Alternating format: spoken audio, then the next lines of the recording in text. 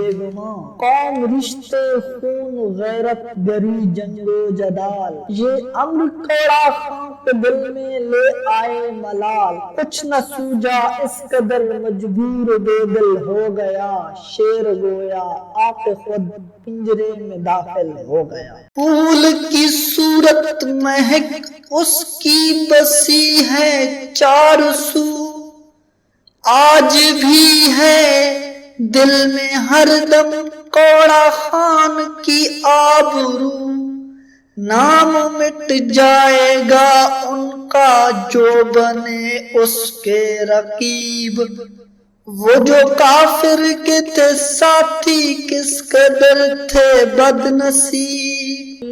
تاریخ ڈیرہ غازی خان مصنف عبدالقادر خان لغاری کے مطابق کوڑا خان کو 27 اکتوبر 1868 میں گرفتار کر کے پابند زندان کیا گیا اور اسے 7 سال کی قید سنائی گئی۔ تاریخ کا بقیہ حصہ سننے کے لیے ہمارے یوٹیوب چینل ادب مرکز کو سبسکرائب کیجیے، ہماری ویڈیو کو لائک اور شیئر کیجیے۔ انشاءاللہ اگلے ہفتے بقیہ حصہ اپلوڈ کیا جائے گا۔ شکریہ۔